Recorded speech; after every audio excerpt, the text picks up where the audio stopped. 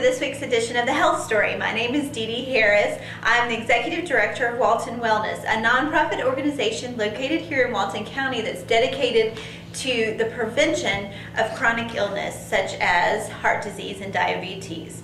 That's lifestyle-related chronic illness such as heart disease and diabetes. And each week I like to bring you some interesting topic or little tidbit that you may have heard about in the news, or some type of new resource that we have available, or something that we're supporting through Walton Wellness.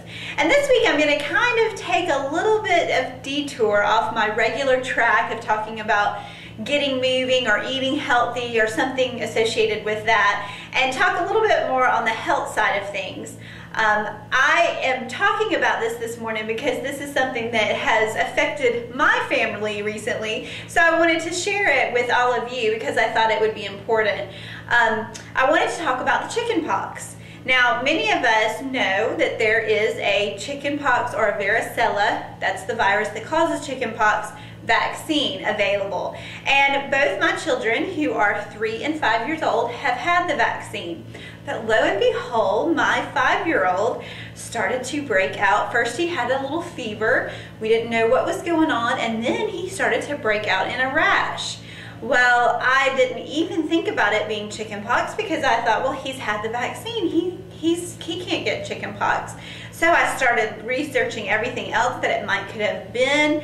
And I finally ended up taking him to the doctor, and she looked at the rash as it was beginning to spread over the several days that he had been feeling bad. And she said, "This is chicken pox." And I was shocked because I had no idea that children still got the chicken pox, even though they had been vaccinated. So we went and dealt with the chicken pox for an entire week. I will say that his case was much milder than it would have been had he not had the vaccine. And a lot of parents, my doctor told me, a lot of parents actually their children will have the chicken pox and they won't even recognize it to be the chicken pox because the children will get so few spots.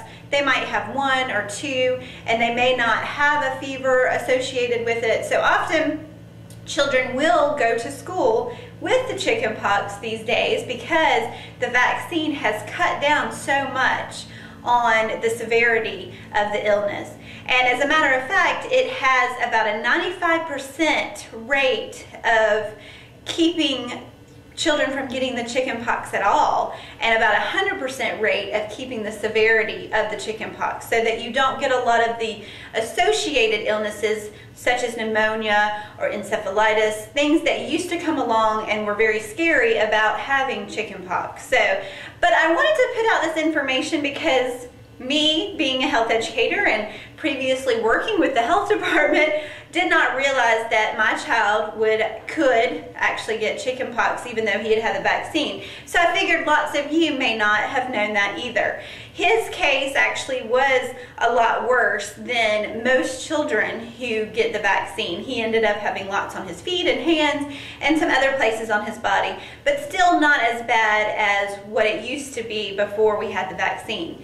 The very next week, my daughter then started with the chicken pox as well. She's 3, and she has had the first shot, which you get the first vaccine if you're on a regular vaccination schedule. You get the first vaccine somewhere between 12 to 15 months. Usually with your 12-month shots, you get the first vaccine. Then you get the second one between 4 and 6, and it's typically, if you're on a regular schedule, given with the 4-year-old shots. So my 3-year-old had not had the second vaccination. She had had the first.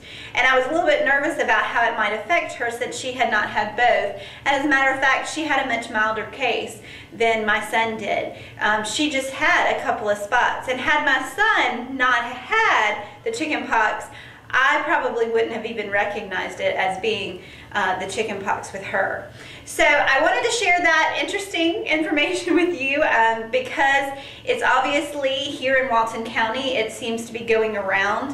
And I think a lot of parents may not identify it, But if you do suspect that your child has the chicken pox or has a strange rash that you cannot identify and can't associate it with anything, then first of all, I do recommend that you go to the doctor and have them look at it. And then also realize that even though they've been vaccinated, the chicken pox is still extremely contagious. The same virus is still present in their body. They just have the antibodies from the vaccine to really help fight it off much quicker, and so that it doesn't affect them so severely. But it is still extremely contagious, so it's still important for you to keep your children at home if they do get the chicken pox.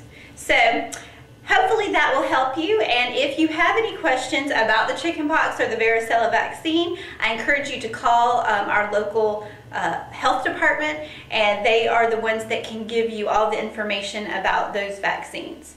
If you have any questions for me or Walton Wellness, you know you can always find us on the web at www.waltonwellness.org. Or if you want to get me the old-fashioned way, you can get me at 770-856-1251. Thanks for watching.